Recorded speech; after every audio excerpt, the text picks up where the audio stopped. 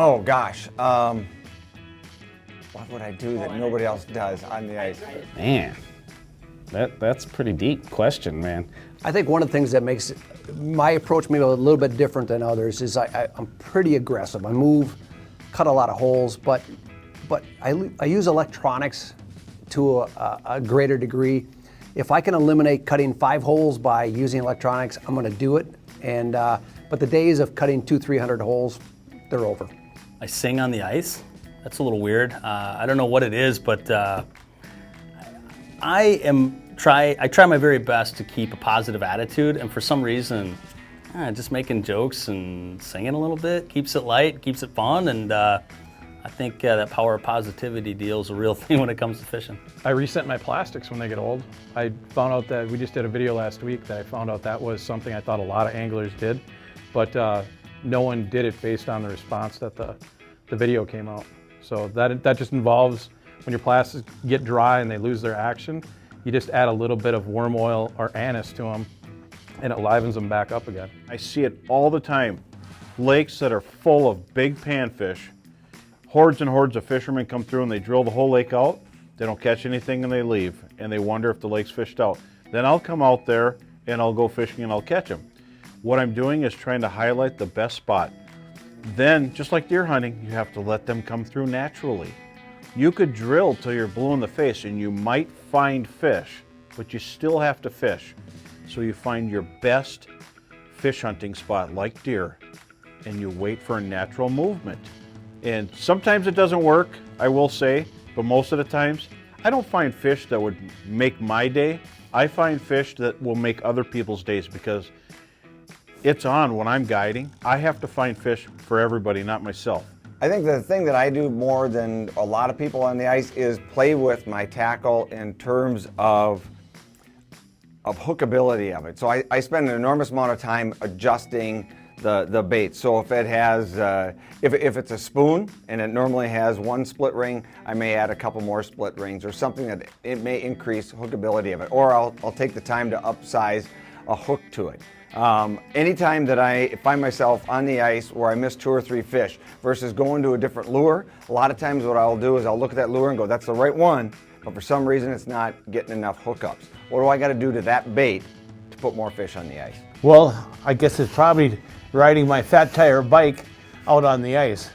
It's something we kind of dreamed about the last few years. We were going to do a big thing late ice last year, and the ice went out too quick, so we got these fat tire bike, pedal assist, because I'm 70, so it's not, I don't need the exercise. And it allows me to get out on early ice. It also allows me to get on place where no motorized vehicles are allowed. And even sometimes around the cities, there's bike trails that go down and there's a lake down there. I can get my gear down there. So actually getting a bicycle out on the ice and pursuing the fish. I would say I'm very old school. Learned old school, 52 years old. I stay with my roots. I don't let the technology cloud my decisions, and I'm still real old school. I'm not even sure what I do that's that unique. I just think I'm very observant. I think I believe that I interpret what I'm seeing, and I believe that what I'm seeing and what I think I'm seeing, I believe in what I think it is. So if I look at a fish that I'm sight fishing or something and I see how he turns or comes in, like I think I know what I did, or if he didn't bite, or so I know that I might have made a mistake, or I had him and something went wrong. So I see the details, I think, that a lot of people miss, and I think I pick up on just maybe a lot more clues than some people. They don't give the credit where it's due, and they give the fish too much credit, thinking that they're really smart, and the fish are not.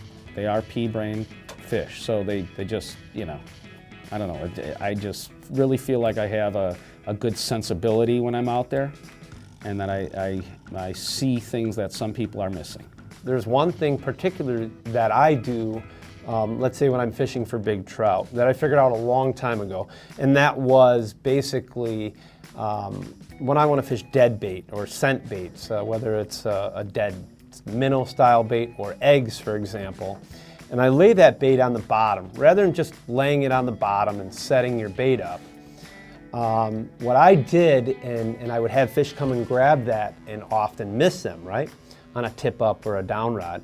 So what I did was, many years ago when I was fishing tip ups, I extended my leader line maybe to an 8-foot fluorocarbon leader instead of a 3 to 4 foot fluorocarbon leader. So I've maybe got an 8 to 10 foot fluorocarbon leader. I drop that dead bait on the bottom, and then I pull out 4 feet of line.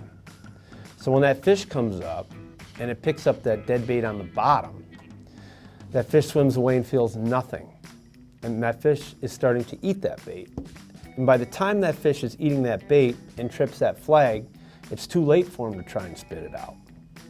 So our catch ratios went up significantly, and I never saw anyone doing that. I've never seen anyone fish dead bait like that.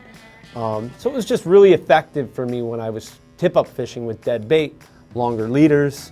You know, I've tried the same thing for pike and it's worked for me. I think as a general rule of thumb, for most of my fishing career, you know, I've had a tendency to fish a lot more aggressively than a lot of people. I mean, I'm really pounding that rod tip, and my mentality is if I'm not marking fish, I want fish to be able to find me. And I might be able to pull a walleye in from 20 feet away, or a school of bluegills that's 10 feet away, get them into the cone angle of my electronics so that they check me out. And I feel like a lot of times people can catch way more fish by fishing more aggressively, not because they're going to catch an aggressive fish, but because they can just sample so much more water, get so many new fish to swim in underneath them by just fishing that way. And you know, that's probably one thing that's, you know, if there's one thing that's defined my career, you know, that I know has made a big difference for me, and if there's something I could help teach somebody to help, you know, catch a lot more fish, that would be it. I eat, sleep, breathe fishing, and so, you know, whether I'm at a gas station, in a grocery store, on the ice, on the water, I'm always thinking about fishing. So, you know, if I have a really good bite one day, I think about how good a bite there was and why that happened. If I have a tough day, I think about why that happened. I mean, I'll wake up in the middle of the night and jot down notes on my phone about what I think I need to do the next day if I had a tough bite or if I had a good bite. So, yeah, I mean, I'm a little bit different than most. I've always been like that since a kid. I've always been intrigued about fishing, and you know, it's just who I am. I eat, sleep, breathe fishing. So, you know, I'm sure there's others out there like that, and I'm probably preaching to them right now and speaking right to them. But yeah, that's just me. I look for the smallest little detail of what I think a fish is, even on the bottom. And I think where a lot of people are looking for suspended fish all the time, I look at sometimes that these fish are laying on the bottom, and I'll fish a hole. If I see something that really I think is a fish and it's laying on the bottom, I'll fish that hole. Because 9 times out of 10, it's a fish. If you think it's a fish, it's a fish. And if you get your bait down to them, a lot of times they'll come up off the bottom. And I think that's where a lot of people miss out on ice fishing opportunities for fish that are laying on the bottom. They see something and they want that suspended fish. That's always the easy mark. But there is some other things to look for when you're on the ice.